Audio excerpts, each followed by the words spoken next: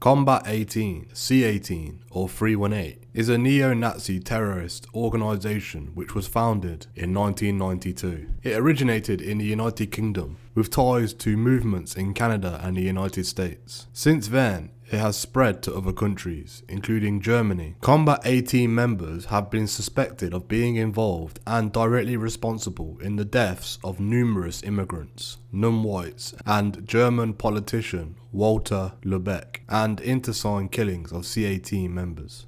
On the 21st of June 2019, the Government of Canada added Combat 18 alongside its affiliate Blood and Honour to its list of terrorist organisations, which was the first time that a far-right group was added to the list. Members in the UK are barred from joining the British Prison Service, the Armed Forces and Police. On the 23rd of January 2020, the German government announced a ban of the German offshoot of Combat 18. Combat 18's name is often abbreviated C-18. The 18 in its name is derived from the initials of the Nazi German leader Adolf Hitler. A and H are the first and eighth letters of the Latin alphabet. In early 1992, the far-right British National Party, BNP, formed Combat 18 as a stewarding group whose purpose was to protect its events from anti-fascists. The founders included Charlie Sargent and Harold Covington. C-18 soon attracted national attention for threats of violence against immigrants, members of ethnic minorities and leftists. In 1992, it started publishing the Redwatch magazine, which contained photographs and the names and addresses of political opponents. Combat 18 is an openly neo-Nazi group that is devoted to violence and hostile to electoral politics, and for this reason, Mr. Sargent split decisively from the BNP in 1993. Mr. Sargent split with his former C-18 colleagues over allegations that he was an informer for the British security services. The rival faction, led by Wilf the Beast Browning, wanted Mr. Sargent to return the C-18 membership list in exchange for return of his plastering tools and £1,000. However, such was the animosity and fear between them that a mutually acceptable go-between, a 28-year-old C-18 member, Catford Chris Castle, was driven to Mr. Sargent's mobile home in Harlow, Essex, by Mr. Browning, who waited in the car, while Mr. Castle went to visit Mr. Sargent. He was met at the door by Charlie Sargent and his political associate, as well as former Screwdriver guitarist Martin Cross. Mr. Cross plunged a 9-inch, 22cm blade into Mr. Castle's back. Mr. Browning took Mr. Castle to a hospital in a taxi, but doctors were unable to save him and he died shortly after arrival. Despite Mr. Sargent's attempt to implicate Mr. Browning, Mr. Sargent was convicted of murder at Chelmsford Crown Court the following year. He and Mr. Cross were sentenced to life imprisonment. Mr. Cross remains in prison and, following a short period on licence, Mr. Sargent was returned to custody on the weekend of 15th of November 2014. Between 1998 and the year 2000, dozens of Combat 18 members in the United Kingdom and Ireland were arrested on various charges during dawn raids by the police.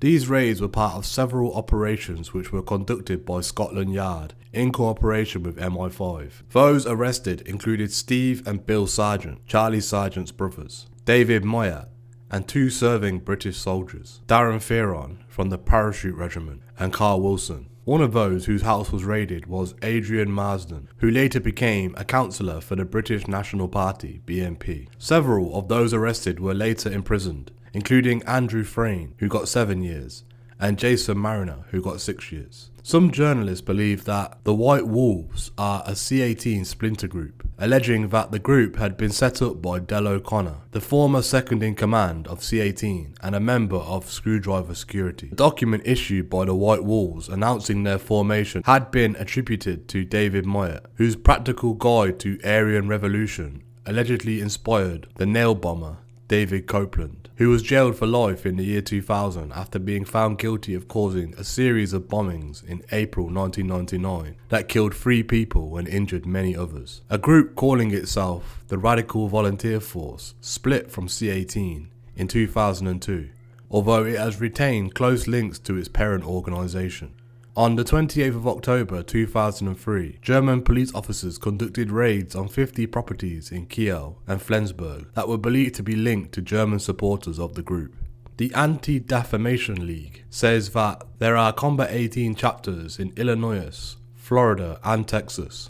On the 6th of September 2006, the Belgian police arrested 20 members of Combat 18, Flanders. 14 of them were soldiers in the Belgian army. C18 has long been associated with loyalists from Northern Ireland. In July 2008, C18 was painted on the St Mary's Oratory in County Londonderry. On the 18th of June 2009, graves belonging to numerous people, including Provisional Irish Republic Army hunger striker Bobby Sands, were desecrated with C18 graffiti. Racist attacks on immigrants continue from members of C18. Weapons, ammunitions and explosives have been seized by police in the UK and almost every country in which C18 is active. In late 2010, 5 members of Combat 18 Australia, among them Jacob Marsful Hort and Bradley Neil Tappett, were charged over an attack on a mosque in Perth, Western Australia. Several rounds were fired from a high-powered rifle into a Canning Turkish Islamic mosque, causing over $15,000 in damage. The online forum presence of Combat 18 was officially ended at the end of November 2014, with the Combat 18 forum redirecting to a US-based national video and DVD merchandising store, which now owns the domain. On the 6th of March 2018, 8 members of Combat 18 were arrested in Athens, Greece, accused of multiple attacks on immigrants and activists. They had 50 kilograms of ANFO in their possession, or ammonium nitrate fuel. On the 23rd of January 2020, an important day in German history because 75 years previously, Allied forces liberated the Auschwitz concentration camp. The German Minister of Interior banned Combat 18 nationwide in Germany. More than 200 police officers carried out raids in 6 German states, seizing mobile phones, computers, unspecified weaponry, Nazi memorabilia and propaganda material. An alleged member of the German branch of Combat 18 named Stephen Ernst was suspected in the case of murdering local politician Walter Lübeck of the Christian Democratic Union of Germany. Mr. Ernst confessed to the crime on the 25th of January 2019. The Federal Minister of the Interior, Horst Seehofer, then announced his intention to ban the organisation in Germany.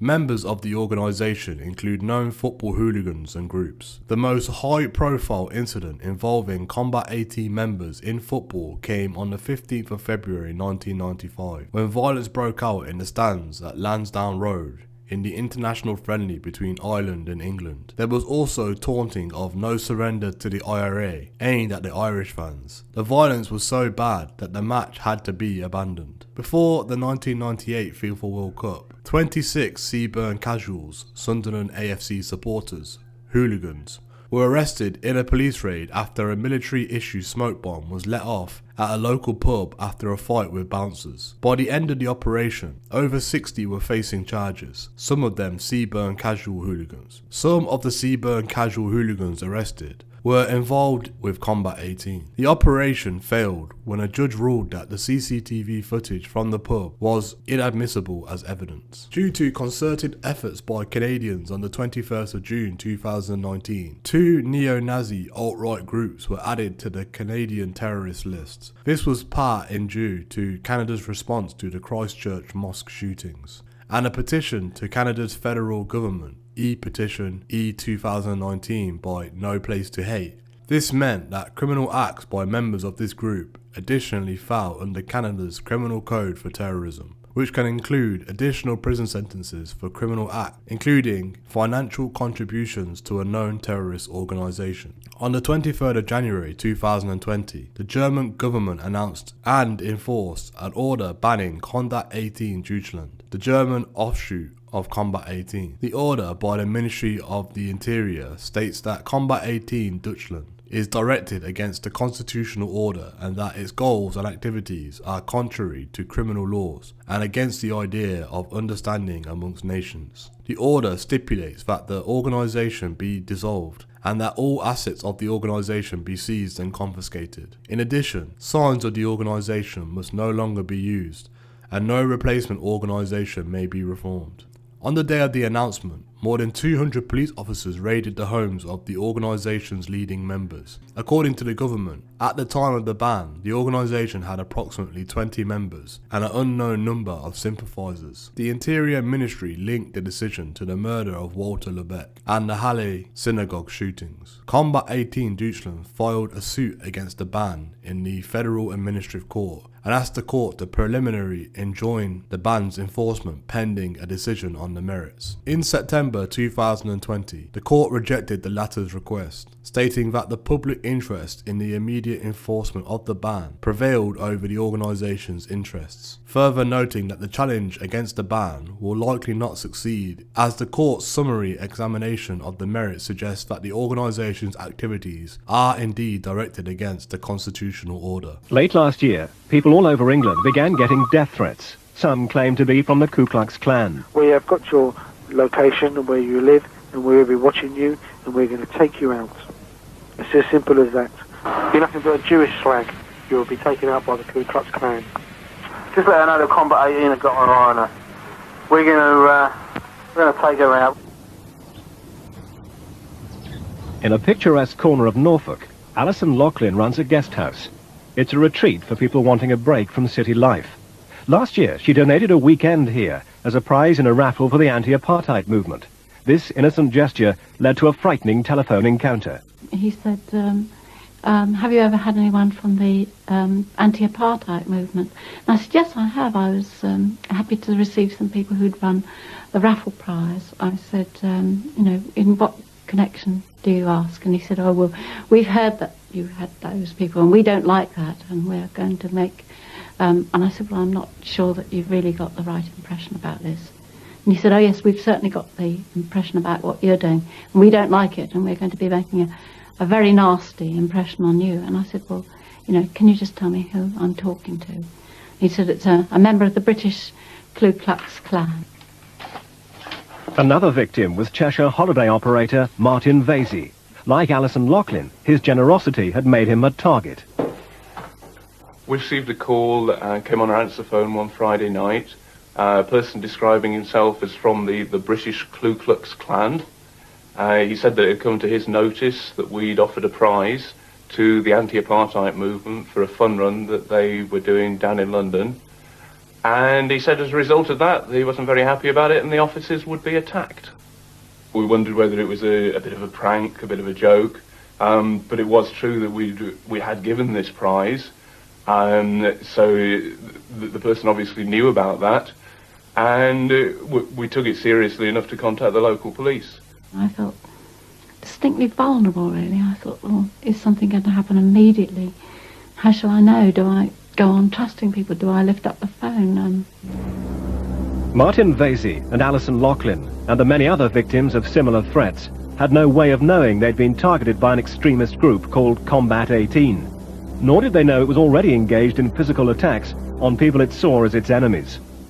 Combat 18 could be described as an organisation participating in political terrorism, viewed in the context of threats of violence and carrying out that violence. Combat 18 is thought to have about 70 active members. It takes its name from the first and eighth letters of the alphabet, the initials of Adolf Hitler. It believes in organising itself on a cell structure, not a mass political movement, and it believes there is a certain amount of security in following a cell structure, so that infiltration by the police or security organisations is limited to the persons involved in a particular cell. Combat 18's hit lists appear in its members-only bulletin called Redwatch. Copies obtained by World in Action reveal that scores of people have been targeted. They also reveal why. Combat 18 is a fanatical neo-Nazi group whose intended victims are usually Jews or its political opponents. Several MPs are singled out for harassment. These publications have been called hit lists. Is that fair? I think that's a very fair description, because what other interpretation can one place on a list of names and addresses circulated to members? It must be for the purpose of at least harassment. And at worst? And at worst, severe physical attack. March the 27th at a bookshop in East London. The quiet of a normal Saturday is about to be shattered. They were wearing hoods with slits showing only their eyes. They had carved and painted wooden clubs. Freedom Press, a small radical publishers for over 100 years, had become the latest victim of Combat 18. The cell carrying out the attack worked with clinical efficiency. Within a couple of minutes, and this happened very quickly, within 2 or 3 minutes, they smashed anything to do with typesetting. There's a computer typesetting machine and another machine which is a laser jet printer. They smashed that with their clubs and then went straight off out. Definitely this was with military precision. Yes, these people knew what they were doing. Before they left, the raiding party left a calling card.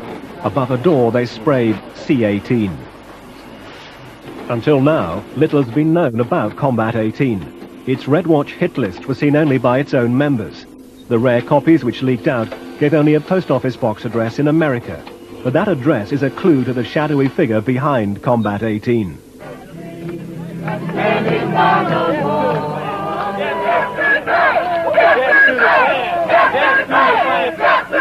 Greensboro, North Carolina in the United States. In November 1979, right-wing fanatics attack a demonstration against the Ku Klux Klan. They produce guns and they open fire. They kill 5 people. It became known as the Greensboro Massacre. Pulling the triggers were members of several Ku Klux Klan and Nazi groups. One of their leaders, though he was not present at the shootings, was a veteran Nazi called Harold Covington. The American address given on C-18's Redwatch hit lists is Covington's own P.O. box in North Carolina. Dixie Press is his publishing company, also based in North Carolina. Redwatch describes how any information about potential targets is to be sent to the Dixie Press address, and our brothers in America will then redirect any correspondence back to our safe address here in England. And in Redwatch, Combat 18 thanks Big H in North Carolina for his help. Tried before an all-white Southern jury, all the Greensboro gunmen were acquitted. But interviewed even as his men stood trial, Covington had no regrets about what had happened. I do not give a happy damn about their human rights or anything else. They got what they deserved. You show no remorse toward the families or the victims? One shouldn't show remorse for stamping on a rattlesnake. And even then, Covington was talking about a new approach for his followers. We've got a whole new plan, a whole new method of operating that we're going to initiate. It's a response to the fact that the government has tried to kill us here 4 times in the past 18 months. And it involves putting the party on a semi-underground status, but it also involves a whole new tactical direction for the movement. Harold Covington no longer appears in his stormtrooper's uniform, but he's still an active Nazi. And today he's putting into action his plan to build an underground Nazi movement. In his own newsletter, Resistance, he describes how he's setting up a network of cells across the world. One of those cells is Combat 18. Covington is much more than just Combat 18's postman. Last year, after shaving off his characteristic beard, he was staying secretly in Britain. Here he linked up with British Nazis to set up Combat 18. Travelling on an Irish passport, obtained when he married an Irish woman, he spent last summer in this house in East London. When his cover was blown, he abandoned the house and fled. He hasn't been seen in public since. He was in Britain at exactly the time that Combat 18's campaign of death threats began. It's very significant that Covington is involved. He's not just another loony right-winger attracted by the fantasy of Nazi uniforms or Ku Klux Klan. He's a man with a long history of involvement in violent activity. It gives him the experience of organising on a clandestine basis. It gives him the experience of the use of violence and how to target your enemies, how to collect information on your enemies, which is what his organisation was doing in America in the 70s. Covington is trying to build a clandestine neo-Nazi organisation dedicated to violent activity, as he did in America. Earlier this year, one C18 member broke ranks. We'll call him Simon. Alarmed at what he was getting into, he contacted World in Action. He told us what C18 was set up to do and how it does it. To protect his identity, we've used an actor. But these are Simon's exact words. Well, basically, we're talking about political terror. People on the far right have always said that too much time was spent talking about things and what was needed was action. When the opposition to the far right got organised and there was a real call for it, and the people involved just decided to put something together and basically give the right-wing punters what they wanted, which is Red's heads being cracked. And soon heads were being cracked. World in Action has established that at least 2 serious gang attacks last year, where people were badly injured, were secretly planned and carried out by Combat 18. Tim Heppel was a senior member of the British National Party, Britain's biggest extreme right party, and worked at their headquarters. But the BNP didn't know he was an infiltrator, spying for their anti-fascist opponents. In February last year, he was recruited by C18 to join an attack on peaceful anti-Nazi campaigners in East London. We knew where they were going to be. We knew where they were going to meet because they put their posters up all around this area and also in South London. So we walked out of the pub, and the group that I was with was a skinhead group, about 15 of us. And as we saw the leafleters, as we approached them, there was a skip full of bricks and bottles, and we armed ourselves with the bricks and bottles and basically charged into them. And they didn't know we were going to hit them until the last minute. I think they actually caught me before I actually made the floor, and there was quite a few around me, and when I eventually fell onto the mattress and onto the floor, and I saw this one lump of concrete that was being held in 2 hands coming down towards my face. I immediately turned away and tried to bury my head. Unfortunately, it hit me in the back of the head and split my head open. Later, I was told by the police officers that actually came and rescued me almost from the situation, that they had been throwing half-house bricks at me while I was laying on the floor as well. Police hadn't turned up. He might have been kicked so badly unconscious he might never have woken up. I mean, I saw his head all open and all blood coming out of the back of it. It was disgusting. And he was sort of like whimpering, you know. And also there was the shock because he didn't see it coming, you know, just straight on the back of his head. World in Action's defector, Simon, was involved in another gang attack organised by Combat 18. It took place last August at Brick Lane, in the heart of East London's Bengali community. Anti-Nazi League members were campaigning against a British National Party candidate in a local council election. We decided we was going to teach these people a lesson not to come down Brick Lane when we're there, and to let all the Reds know that we aren't going to take any shit. We made our way down the back of the market, went to the shops. We got Lucozade bottles of milk, change to throw in their faces. We picked up stones off the ground, bricks in our pockets, and then made our way down to the paper sale. They didn't seem too bothered at first. They seemed to think they were dealing with the usual shouting and slagging match that there is sometimes between us. But then it just went. We just ploughed into it. There was bricks on them, bottles. We hit everybody we could, turned their stall over, just kicked them senseless, really. The one particular bloke took it very badly in the head, and his girlfriend laid on top of it, but that didn't stop there. But everybody just kick in, used bottles, bricks.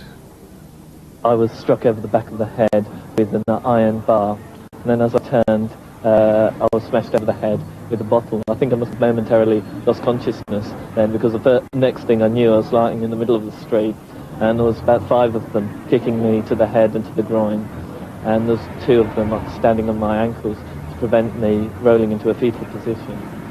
The locals couldn't believe it, and they've seen a lot of things in Brick Lane. They've seen a lot of violence, but they've never seen anything like that before. Everyone was surprised at the ferocity of the attack. Later, Redwatch, C18's members-only newsletter, was to boast about this attack. A Combat 18 unit of 10 men and 3 members of the NF set out to confront them. With no police or local package there to help them, the ANL got battered.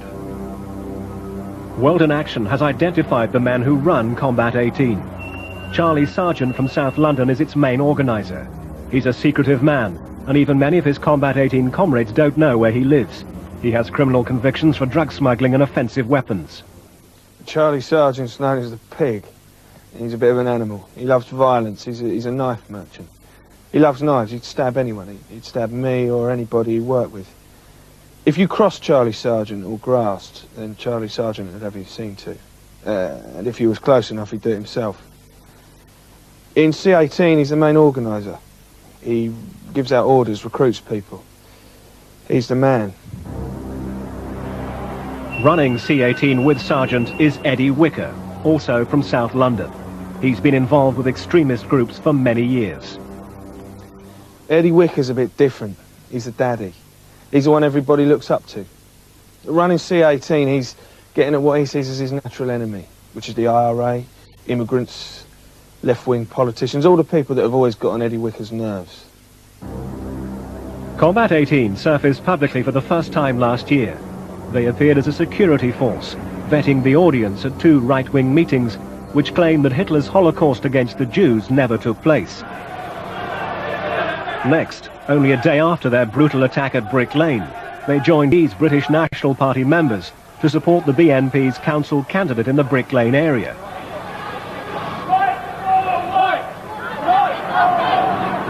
But the most shameful episode came in November, at a memorial march for a young Asian boy who'd been murdered in Eltham, South London. His family and friends organised the march to mourn his death. Combat 18 and dozens of other right-wingers came to mock and scream abuse. Keep the march going. Thank you very much. Keep moving, folks.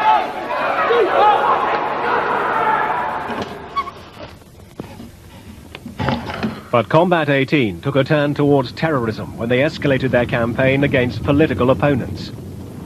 In Birmingham, the Democratic Left, formerly the Communist Party, has a bookshop. Shortly after its address was included in a C18 Redwatch bulletin, arsonists struck. They'd broken the glass on the side and poured petrol through the mesh. That had ignited the books and literature that were in the window, and unfortunately for us, we understand that somebody had discovered them doing this, and possibly meant that they didn't carry through as much as they were intending on doing.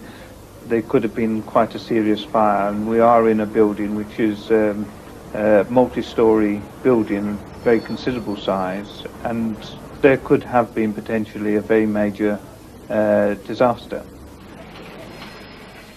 Also targeted for attack by Combat 18 were the London offices of the communist newspaper The Morning Star. It was a Saturday night when arsonists poured petrol through the door and set fire to it.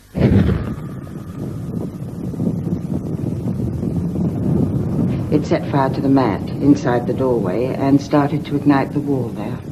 Very fortunately, we had friends of the paper sleeping in the building at the time because we had just suffered a series of robberies. They found it almost immediately, extinguished it, and telephoned the fire brigade and the police. That same night, the word C18 was spray-painted on the Morning Star building. The Morning Star's own report of the attack was later reproduced in C18's Redwatch. Alongside the press cutting, they wrote Combat 18. One thing which Combat 18 does not advertise, even in the pages of Redwatch, is its close connection with the Ulster Defence Association, loyalist terrorists in Northern Ireland. All the leadership, the top people, what you might call the generals of C18, are known UDA members. They're in close contact with the commander of the UDA. They organise and run socials, provide security for visiting loyalists in this country. I've been party to lots of conversations with C18 leaders in a capacity as C18 leaders and as UDA men. Combat 18 is involved in a race war and seeks to single out blacks, Afro-Caribbeans, Asians, Irish, Jews. The UDA have the know-how to spread terror if that link is made specific and direct. Last summer, the British government banned the UDA in Northern Ireland. It is actively and primarily engaged in the commission of criminal terrorist acts. In particular, the Ulster Freedom Fighters comprise no more than a cover name for the violent acts of UDA members.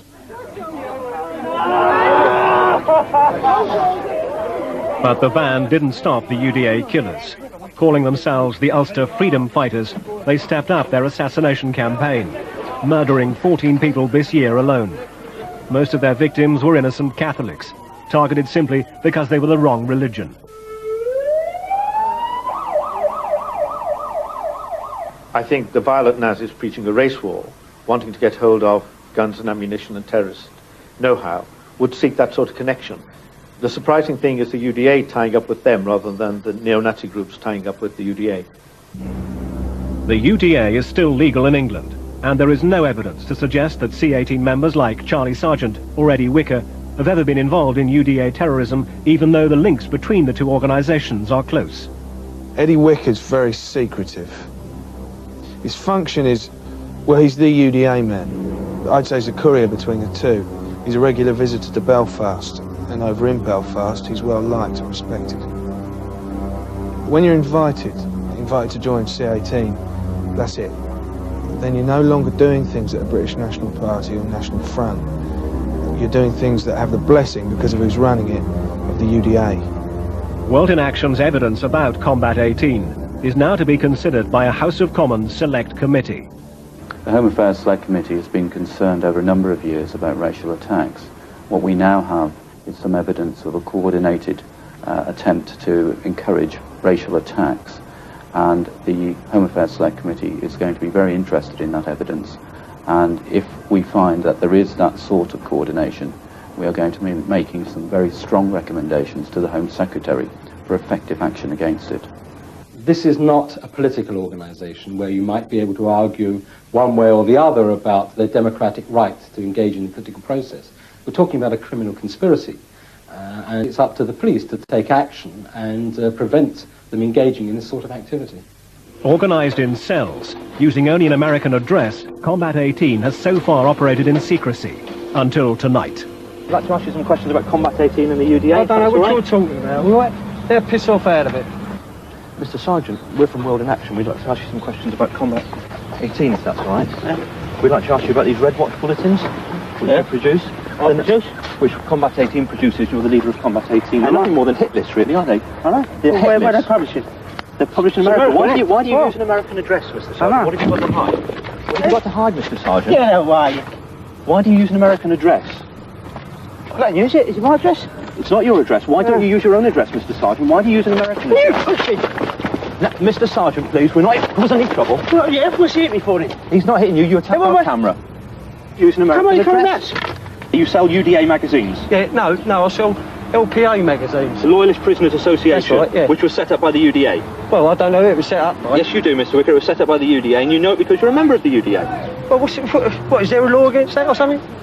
Well, tell us about the arson attack on the Morning Star that Combat 18 carried out. Did you order that attack, Mr. Sargent? Yeah. You did? Did I? You did. You just said yes. I said yeah, did I? I did say The attack on Freedom Books the weekend before last, Mr. Sargent. Did you organise that one? Did I? You tell me. Tell me you do not support the UDA. No, look, there's no comment on that. No comment on it. Because you do support them, in fact. Well, that's beside the point. Whether I support them or not. No, it's an important point whether you support a terrorist organisation. But I don't class them as a terrorist organisation. But you support them. Eh? But you support them. If it come down to it, yeah, I would support them. You would support. Would you like to tell us about your relationship with Covington? Yeah, you pay me. What's your relationship with Harold Covington? You pay me. So there is a relationship. Is it? You pay me and I'll tell you. What they do is they kill Catholics. Do you support that? There's no comment on it. What about your relationship with the UDA? Would you like to tell us about your relationship with the UDA, Mr. Sargent? Yeah, what about the UDA? About your relationship with the... Would you like to tell us about it? About the joint activities between C-18 and the UDA? Yeah. Would you like to tell us about... Put it in your head, this one's going to happen. Put it in your head, this one's going to happen. Again brought to its knees by violence. Amongst the thugs, more sinister elements are now at work. The dark forces of racism and fascism. Now they're seeking to take violence from the terraces and turn it on ordinary people. Meet Charlie Sargent. He runs a right-wing terror organisation. Their victims include women, teachers and pensioners. Meet his right-hand man, Will Browning. He's known as Wilf the Beast.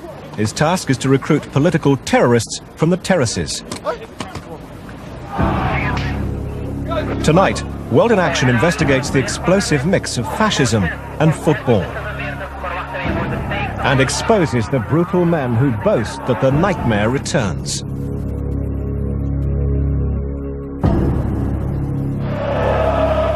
And this is a disgrace. It is a scandal. It should never have happened. Dublin, 16th of February 1995. A friendly international football match between Ireland and England. And you can just see all sorts of things raining over. People from here scattered now over the barriers here for their own safety. There was a lot of injuries, adults injured, belts of steel and wood. And in particular, one of our own cameramen here had a fractured skull and spent 2 weeks in hospital, you know. Scenes at Lansdowne Road recalled the horrific football violence of a decade ago. But this time, there was a difference, a new and sinister political edge. But I think a small hardcore, probably no more than 50 at most, were instrumental in using that game to prove a political point. I could see one guy in the top tier of the stand, he seemed to have a red overalls, and he was producing a C1A flag. It wasn't something that was draped over like the Union Jacks and so. It was something that was just getting produced in sports. And he seemed to be, you know, making signs down below, and everything seemed to revolve around him on the top tier, you know. C18 are the initials of Combat 18. They were originally set up as security for far-right groups, but now have a life of their own. The name is taken from the first and 8 letters of the alphabet, the initials of Adolf Hitler, and it reflects the group's Nazi politics. What about your relationship with the UDA? Would you like to tell us about your relationship with the UDA, Mr. Sargent? World in Action first exposed Charlie Sargent, the man behind Combat 18, 2 years ago. Since then, he and his organisation have waged their campaign of terror unchecked and with increasing ferocity. Would you like to tell us about... Put it in your way, this one's going. Their gender is racial violence. They attack physically members of the Asian community, the black community, members of the Jewish community. They incite violence through their actions and through their publications. These publications list scores of innocent people as legitimate targets. Phone calls are a favourite method of intimidation. Just let her know that Combat 18 have got her eye on her. We're going to take her out, and we'll be watching you. Across the country, a series of vicious attacks demonstrates the willingness of Combat 18 to carry out its threats of violence. Ian MacDonald is a bus driver. As secretary of Leeds Trades Union Council, he complained about racism in the workplace. I had a telephone call early hours of one morning in July from an organisation called Combat 18 that said they were going to come round and see me. 2 weeks later, it happened. They came round at 2:45 on a Sunday morning. There was my wife and her lad in the house, all asleep. I was in the bedroom at the rear of the house. I heard glass smashing, turned a light on. The immediate reaction was one of fear. I went downstairs to find that my patio doors, my back door and side window had been smashed through. A week after the attack, they rang me to ask if I'd learnt my lesson. Like many of Combat 18's victims, Ian MacDonald lives constantly with the threat of further attacks. I'm always vulnerable. I drive buses for a living, which means I'm out driving a bus by myself 5-6 days in the week. I'm always vulnerable to such attacks. But again, I cannot let anyone intimidate me on my principles and my beliefs. The most recent Combat 18 magazine has stepped up the call to terror. It gives details of bomb making and gun training. The hardcore of Combat 18 talk of exterminating Jews and creating a race war. But it's nationalism and a basic call to violence that they use to gain wider support. In the last year, 18 months, they've moved into a more violent mode of conduct, especially through football violence. Their contacts within football clubs are quite extensive. And for them, the promotion of violence at football matches is a way of gaining adherence and strength. Information from inside the shadowy world of Combat 18 is hard to come by, but one of their members, disturbed by their increasingly indiscriminate violence, has broken ranks to talk about their involvement in football. We've used an actor to represent his words. Yeah, we look to football hooligans to recruit. Combat 18 has links with a number of firms. Hooligans are whites, and they're proud of their country just like we are. And we can give them the opportunity of a good off against niggers, IRA supporters and Reds. I think they're more organised, I think they're more cunning, much more devious than they ever were. I think the problem is they probably put their message across better to some of the youngsters who follow football, and certain parts of their politics I can see may well be attractive to some of the younger elements who follow football. The England World Cup qualifying matches in 1993 provided an opportunity for the move into football. During the summer of 1993, Charlie and a few of the C18 inner core met with some of the top boys from a number of crews, like Chelsea, Arsenal, Millwall, Portsmouth and Oxford. We've been able to take some of the top boys from these firms into our other activities. None of this leafleting nonsense, but to deal with our opponents.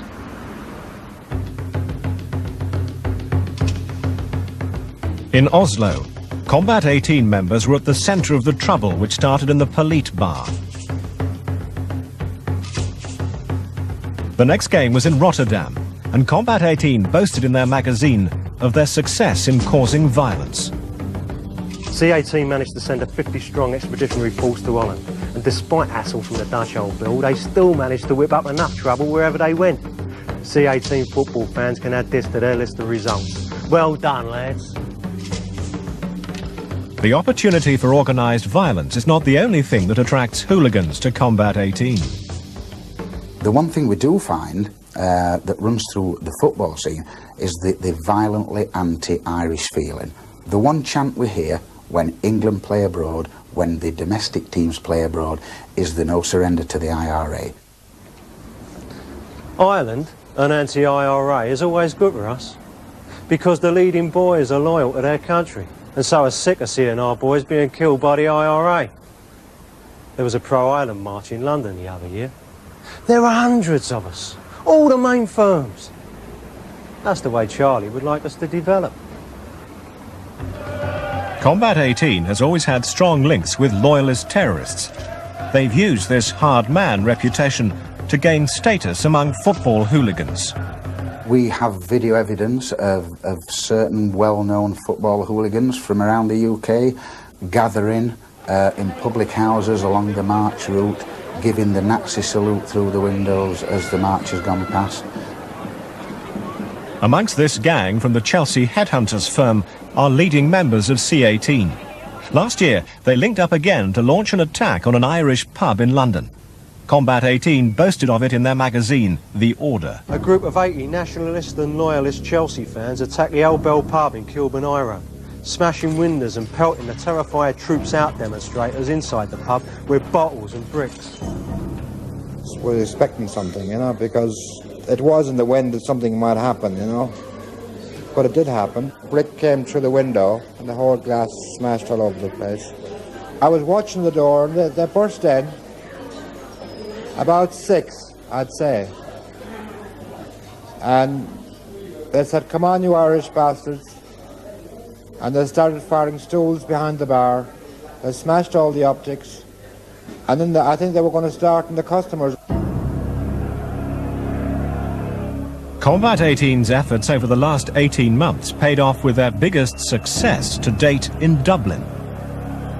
The anti-Irish feelings of a large number of hooligans were exploited by Combat 18 organisers. Combat 18 is not an exclusive club, and it's not the sort of thing that you join. I think a lot of people who went to Ireland joined the so-called Combat 18 banner. They were there for the day just to prove their political point for that day. So we have to remember that they are a small group, but a small group can do a lot of damage. Their influence is much more widespread, and if they can incite violence through much larger crowds, then they do become a real problem. Lansdowne Road, like every other England international, saw the coming together of scores of different firms from all over the country. Well, your firms are like segregated. You've got your runners, and these are well known through the country. You've got firms like Leicester Baby Squad, Nottingham Forest Executive Crew. They're your slashers. They use weapons and scarces. They hide behind the police mouth off. Then you've got your cockneys. There's only one firm really, that's Chelsea.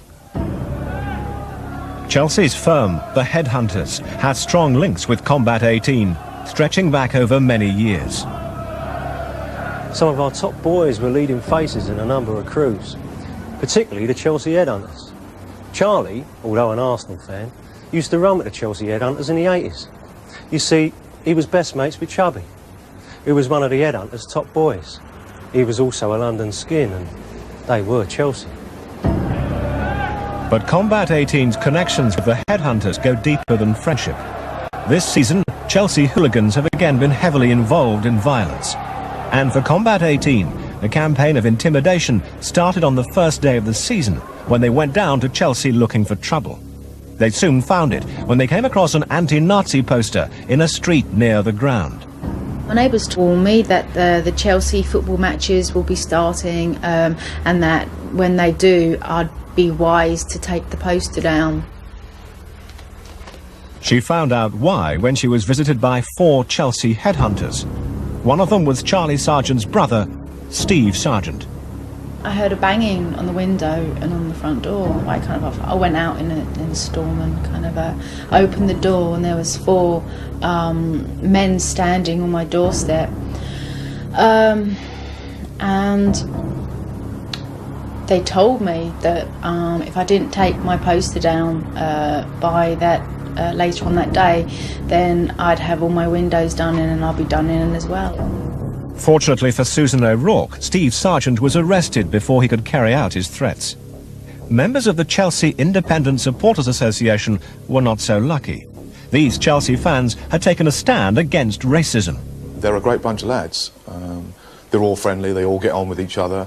There's never no arguments or disruptions or anything like that. Basically, you couldn't wish for a better bunch of football supporters, you know.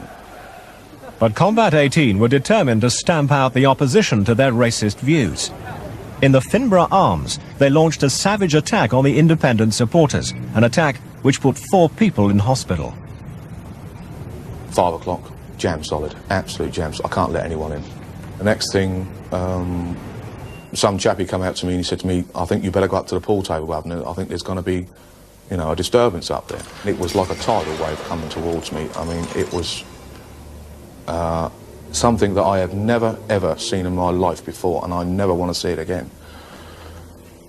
There were women screaming, kids screaming, glasses, bottles, pool cues, pool balls, tables, chairs, everything just flying all over the place. And all you could hear above, within the screams and such like was Sieg Heil, Sieg Heil, Sieg Heil. These scumbags really got a taste of white power as they were systematically smashed with tables and cut with beer glasses and basically kicked the signal was given and we left the pub to a chorus of Chelsea C18, Chelsea C18. The man behind this attack was Chelsea Headhunter and Combat 18 member Mark Atkinson. It was not to be his last attack on the Chelsea independent supporters. This season was Chelsea's first in Europe for 23 years. C18 took the opportunity to try and increase support amongst Chelsea's right-wing fans. It's easier to operate abroad. The filth ain't watching us over there. When Chelsea played in the Czech Republic, we took a crew of about 50 out. On the way over, we stopped at a concentration camp and basically just pissed about. They later published the pictures of their visit in their magazine, with an article claiming the atrocities never took place. But it was at Chelsea's game, watched by the Czech police, that Combat 18 made its biggest show of strength. They were standing in the middle of the, outside the gates, with their flags up. They had a sort of small circle, small posse of other fans around them. They looked pretty heavy. After the match, Combat 18 made another attack on a member of the Chelsea Independent supporters. They leapt onto the coach, up the steps, and the first one punched him really hard in the head, in the forehead. He sat down again, and the guy behind him raised his fist, and in it he had some kind of spike. It's about 3 inches long. It looked, from where I was sitting, like an electrical screwdriver, and tried to stab him. Came down very, very fast. He missed, luckily. If it had hit him in a vital spot, like in his head or his neck or something like that, it would have killed him. They might have survived that assassination attempt, but their luck's going to run out sooner than they think. And Chelsea will be cleansed of this piece of shit and all the other so-called anti-fascists. And they started thumping on the windows of the coach. They then, as we drove off, raised their black wind cheaters to reveal Combat 18 shirts. C18 member and Chelsea headhunter Atkinson was again involved. But here, he had an even more frightening accomplice. It was Will Browning, the one they call Wilf the Beast. This bloke Wilf is like a bad nightmare. He's from South East London. He's crazy. He's always busy with a tool. It was him in Prague with a chisel. Will Browning is a kickboxing instructor. He's regarded as Combat 18's top organiser in football and acts as Charlie Sargent's right-hand man. When earlier this year the police seized copies of Combat 18's latest magazine, it was from the homes of Charlie Sargent and Will Browning. In spite of the race-hate material contained in these magazines, neither Will Browning nor Charlie Sargent have been charged. While Mark Atkinson, Charlie Sargent and Will Browning continue to push their message in football, the violence they encourage spreads. 10 days ago in Halifax, Combat 18 made their most recent attack, this time on a group of school teachers. It was comic relief. We'd all been eating Irish stew. It was St Patrick's Day. We'd been singing, having a really good time, and then all of a sudden the pub was full of skinheads and they all disappeared upstairs. It was quite weird. It was quite strange. And we went up to see what was happening. One of them turned around and said, "We're Cockneys." And they were, and all their accents were very much from London, that shocked me. One of the men said, "Your ethnic friends are not welcome." To which point things started to get abusive. He started calling my friend a lesbian, to which we laughed, a very nervous laugh, but we did laugh because it sounded so ridiculous. And then one of them said to her, "I bet she's a Jew with that long nose, that big nose of hers." They came out, so standing at the top of the stairs, said, "You Reds think we're just BNP teenagers that you can scare off. We ain't, we're C18 and you're dead." And then they hit us. A lot of punches landed on my head. I don't really remember what happened. My nose, my mouth, everything was bleeding. My friend jumped in to try and protect me, and basically I heard her nose crunch. It was horrible. I got punched twice in the face. I got a broken nose. I don't remember the second punch. I was stunned. My glasses flew off, and I just remember this blind panic, this absolute panic, as 20 to 25 skinheads punched and kicked 8 of us down a flight of stairs. The teachers had no idea of the identity of their assailants. We asked them both to look at some photographs. Amongst them were pictures of leading members of C18. He was the one who told us he was Cockneys, and he's also the one that told us he was Combat 18. They were very proud of who they were. Oh God, yes. It's him. He's the one that assaulted me. Yeah. What do you feel looking at him? Fear. It brings it all back. I'm shaking now. It brings the pain back. It brings back horrible thoughts that I'd never thought I'd experience in my entire life. I never want to experience again. The teachers identified their attackers as Charlie Sargent and Will Browning. Browning is a violent man motivated by racist politics. As a headhunter and as Combat 18's main organiser in football, Browning seeks to exploit violence on the terraces for his own political ends. Combat 18 is a small group, but one with a disproportionate influence. If its activities are unchecked, then it could lead to serious problems within football. Their influence among hooligan gangs, with all the potential for violence that entails, is causing concern among MPs. Well, I asked the Home Secretary what evidence the government had of the involvement of Combat 18 with the activities of Chelsea supporters. He simply says, well, there is no evidence directly of Combat 18 involvement amongst Chelsea fans. Now, anybody who studies football and anybody who knows about what's been going on for a number of years in football knows very well that far-right groups have been very active in a number of clubs, and one of those clubs is Chelsea. And I get the impression that either the government doesn't want to tell us or they haven't got the information because they're out of touch, and that worries me. I thought I was coping until I went back into work, because I've been suffering from a bit of agoraphobia since it happened. And just the jostling of school children and the noise and all the kids changing at bell time put me into a blind panic. Are you going to help Mummy? They're my jeans. I have two children, and the older one, my 3-year-old, was very worried. Oh, Mummy, what happened to your face? You've got a poorly face. And at the time, my nose was much worse, as well as round my mouth. And I said, I thought about telling him I fell, and then I thought, no, tell him the truth. And I said, somebody hit Mummy. And he said, was it a monster? We went to ask Mr. Browning how he could defend his attacks on football fans and innocent members of the public. What justification can you have for that? What is your involvement with football? Please leave the camera alone. Don't touch the camera. Mr. Browning, Mr. Browning, please don't touch the camera. Were you also one of the ones responsible for the trouble in Dublin?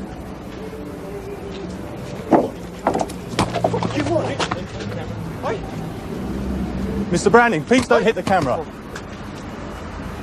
Do you think it's right that your magazine that you distribute, Mr. Browning, gloats about the attacks that have been made on innocent supporters?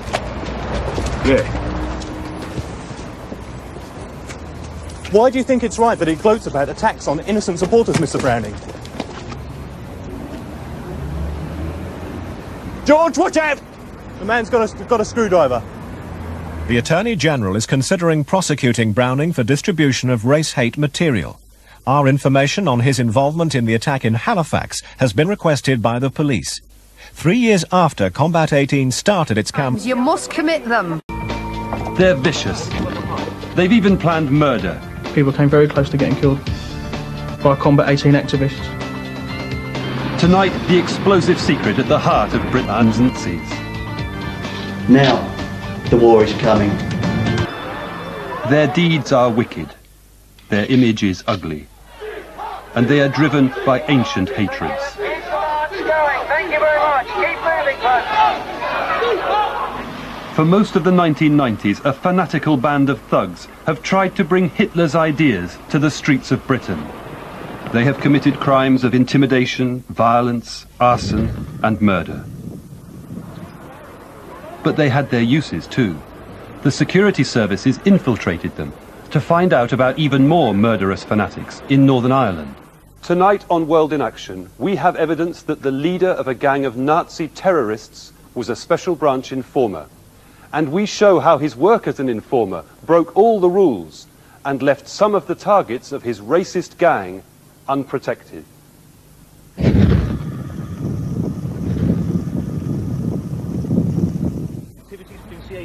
Meet Charlie Sargent. He likes to threaten people.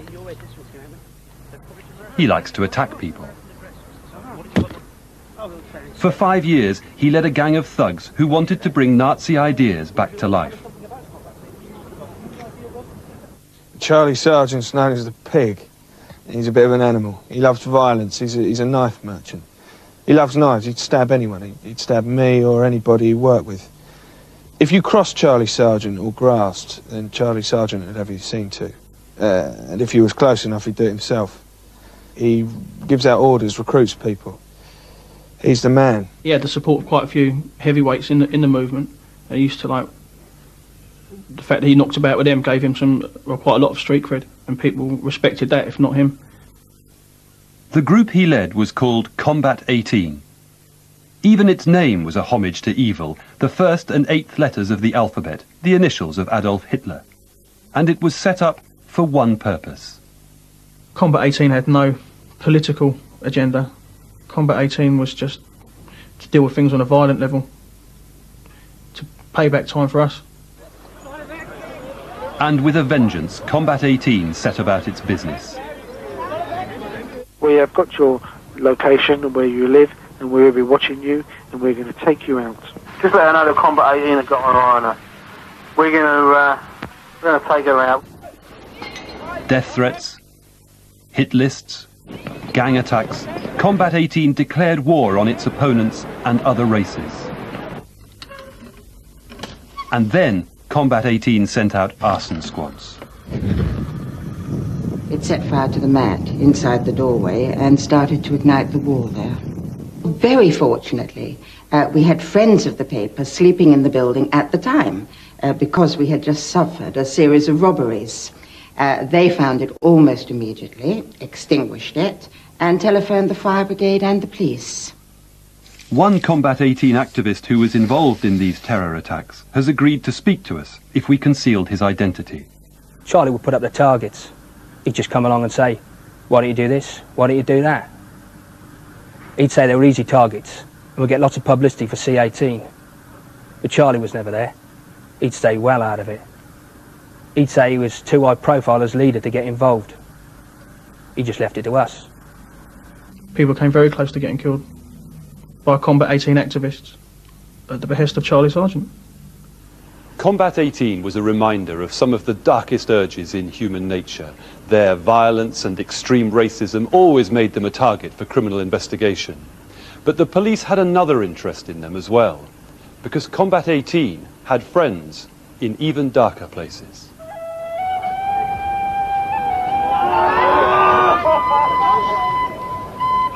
In Northern Ireland, some of the most bestial attacks on innocent people have been at the hands of the Ulster Defence Association. For the UDA's gunmen, it's enough to mark you for attack that you went to the wrong school or worship in the wrong church.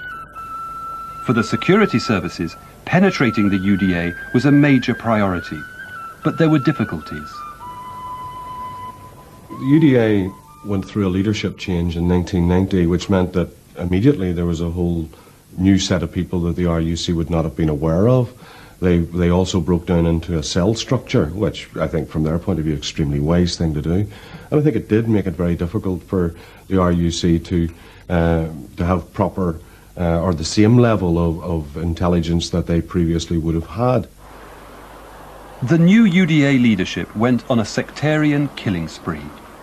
The security services were desperate for intelligence. One route into the UDA was through the Nazi hardmen of Combat 18. It had long been known that there were connections between the two organizations. Then, in 1993, police arrested 3 men transporting guns to Belfast. They were all UDA. But one of them, who'd driven the guns from London to Birmingham, was also a founder member of Combat 18. His name was Eddie Wicker. You sell UDA magazines? Yeah, no, I sell LPA magazines. The Loyalist Prisoners Association, That's right, yeah. which was set up by the UDA. Well, I don't know who it was set up by. Yes, you do, Mr. Wicker. It was set up by the UDA, and you know it because you're a member of the UDA. Well, what is there a law against that or something? In fact, in Northern Ireland, there is. The UDA is banned because of its role in sectarian murders. Eddie Wicker was released when he convinced the Crown Prosecution Service that he didn't know what was in the bag. The other UDA men went to prison. But this hadn't been a one-off operation. Those guns the police found in Birmingham were from C-18 members, but some of them had got through already. Probably a couple of dozen had already gone. And at the time Eddie got nicked, there was talk of a big consignment, worth thousands. Not surprisingly, the Special Branch began to take a keener and keener interest in these links. A police officer who was involved in undercover work against Combat 18 has spoken to us anonymously. At that time, the Special Branch were really interested in the Irish connection, or any connections to Ireland through Scotland. That would be 1994. There was a very, very intense interest in Ireland. They kept coming back. Anything else? Have you heard anything else? But the same undercover officer was beginning to wonder about the leader of the group he was infiltrating. There was obviously someone in the inner sanctum who was working for the police, deep, deep undercover. I would go to meetings where things were discussed, and as far as I knew, I was the only police officer there. Then I'd get a call. Can you confirm this? This was before I'd even put my own report in. Someone was getting intelligence out before I could. I worked out it had to be someone in the top 2 or 3. Then I concluded it could only be Sargent himself. With the requests for confirmation that were coming down, it had to be him. Charlie Sargent had secretly become a way for Special Branch to keep tabs on loyalist gunmen in Northern Ireland. But all the while, his Combat 18 hit squads were up to no good on the mainland. And by now they were raising money for it. Combat 18's big earner was neo-Nazi rock music. They were making hundreds of thousands of pounds selling Nazi CDs all over Europe. The money was earmarked for very special purposes.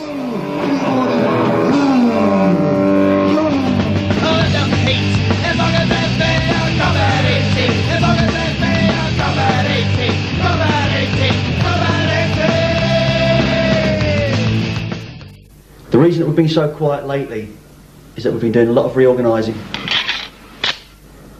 mainly in the form of active service units. It takes its name from the first and eighth letters of the alphabet, the initials of Adolf Hitler, Adolf Hitler, Adolf Hitler, Adolf Hitler. And for those of you that have any doubts where the money's gone, it's gone on these.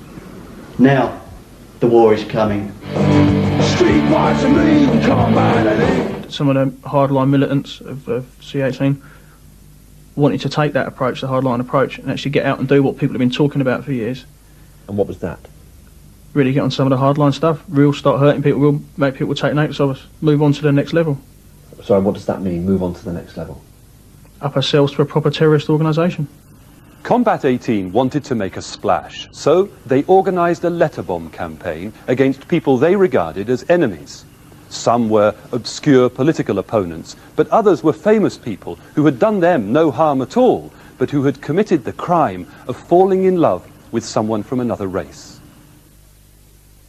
One of their first bombs was addressed to the former swimming champion Sharon Davis. Just 3 months ago, Sharon Davis and her partner, Olympic sprinter Derek Redmond, produced this little chap here. Elliot? She had upset them by marrying black athlete Derek Redmond and having a mixed-race child. It was to show that no matter how public or high profile you were, you could still get whacked. The letter bombs were to show that C18 weren't a bunch of mugs. We'd had it with being a drinking club. It was like drawing a line in the dirt. We'd been talking about it all these years. Now we were doing it.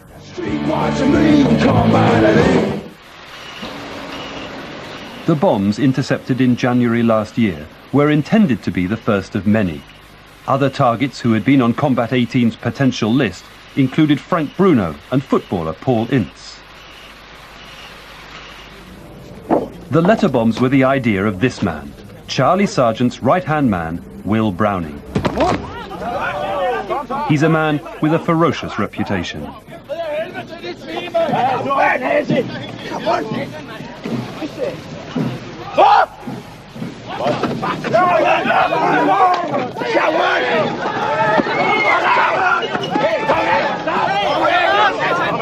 The bomb maker was a Danish Combat 18 member and a devoted admirer of Browning. His name was Thomas Nakabe.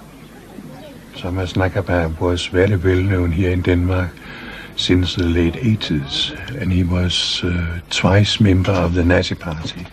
Thomas was also one of the leading violent Nazis. He founded the Copenhagen division of Combat 18 because he wanted to fight in the streets. He had never tried it before. It was his first bomb. Browning told him how to do it, and maybe he's made some investigations himself, but mainly he got the informations from Will Browning. Thomas Nakaba built 3 bombs into video cassettes, but he didn't know that he was being watched. The Danish police had been tipped off by Scotland Yard.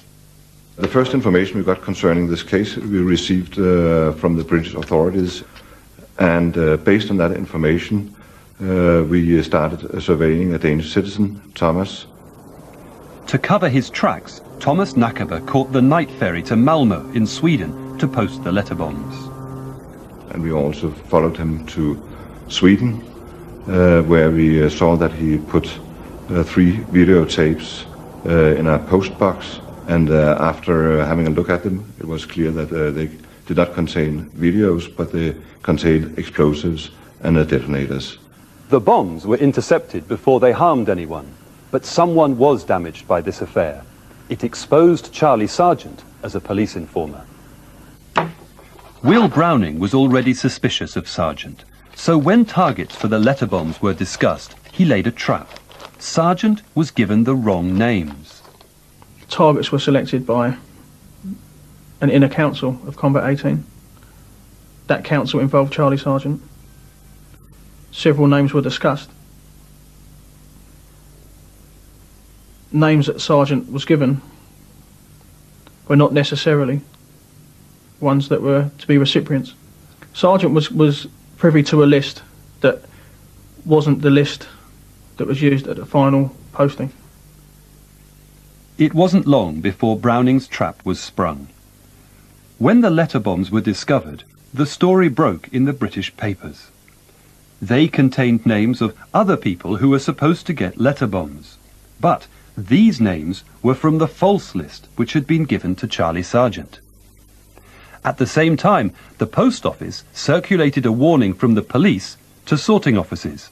It too contained names from the false list given to Charlie Sargent. That was what finally finished Sargent as a Combat 18 member. That was what led to his expulsion.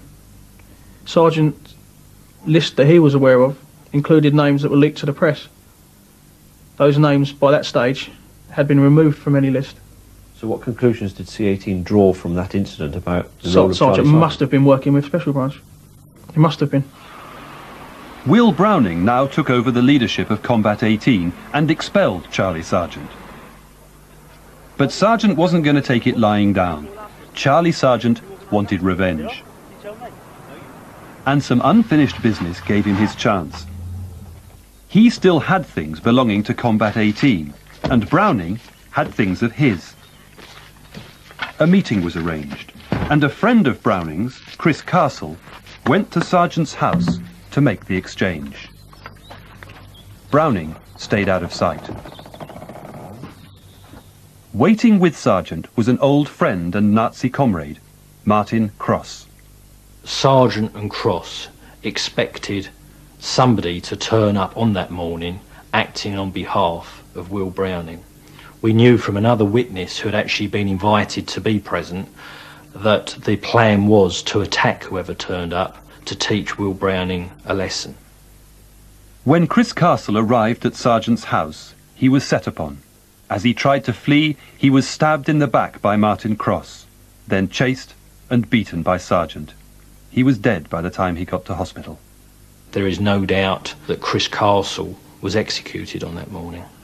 Sargent's arrest for murder finally confirmed what World in Action has also been told by a senior police officer, that Sargent had friends in high places. When he was arrested, he immediately demanded to be seen by Special Branch officers, and they came. The presence of these Scotland Yard officers at the station didn't go unnoticed. Will Browning was also under arrest at that stage, and when he was interviewed, his solicitor made sure that Special Branch's involvement was recorded. I was told yesterday that there is intelligence about Mr. Browning in relation to this allegation of conspiracy to commit grievous bodily harm. I was also told by an officer that there is special branch involvement. I know nothing of this intelligence, and I want to know why there is possible special branch involvement in this matter. So, special branch officers were there, and at Sargent's request. But it did him no good. He was told that with a murder charge hanging over him, there was nothing they could do. Justice would have to take its course. And it did. Sargent and Cross were convicted and sent to prison for life. Informants have always been vital to the work of the police and the security services. But it has long been recognised that they have to be treated with great caution. So the police have guidelines regulating what they can and cannot do, and these guidelines are very clear. The informant must not be the person who's putting forward the idea of indulging in some criminal activity. He must not be the planner. He should not be the person who's carrying out the action. Your informant, ideally, according to the code of practice, should be someone in a minor role, that is a lesser role, who's not involved in planning or in the actual execution. Charlie Sargent drove a coach and horses through these guidelines. He committed crimes and he incited crimes, and they were serious crimes. Beatings and intimidation and firebombings were all carried out at his behest. The miracle is that only one person died. Running informants is always going to be a dangerous issue, and I think it is quite hard to lay down clear guidelines that cover all cases. But there are some principles, and they are outlined in the Home Office guidelines, that really ought to be followed, and they would appear to have been breached in this case. But it might all have been much, much worse. 3 years ago, Combat 18 was planning a new and serious terrorist campaign, and Charlie Sargent was at the heart of it. It was uncovered when police raided his deputy, Will Browning, in 1995. It was a very significant find that the police made. Combat 18 at that stage were looking for a high-profile target to really put themselves on the map. The police found bomb-making instructions. They found a sniper's manual. And they found that Combat 18 was targeting individuals for attack. Documents showed that at least 19 people had been targeted. 2 were already being watched. One of them was a World in Action journalist, Quentin McDermott. Well, I was one of the journalists who, with other members of the World in Action team, helped to expose Combat 18 originally as a violent terrorist organisation. And indeed, at the end of the first film we made, Charlie Sargent made a threat to shoot one of our journalists. So put it in your head, that's what's going to happen. And so we all came out of that film knowing that there was, if you like, a general threat that there might be attempts at reprisals against us. So our team carried out a surveillance operation on that gentleman.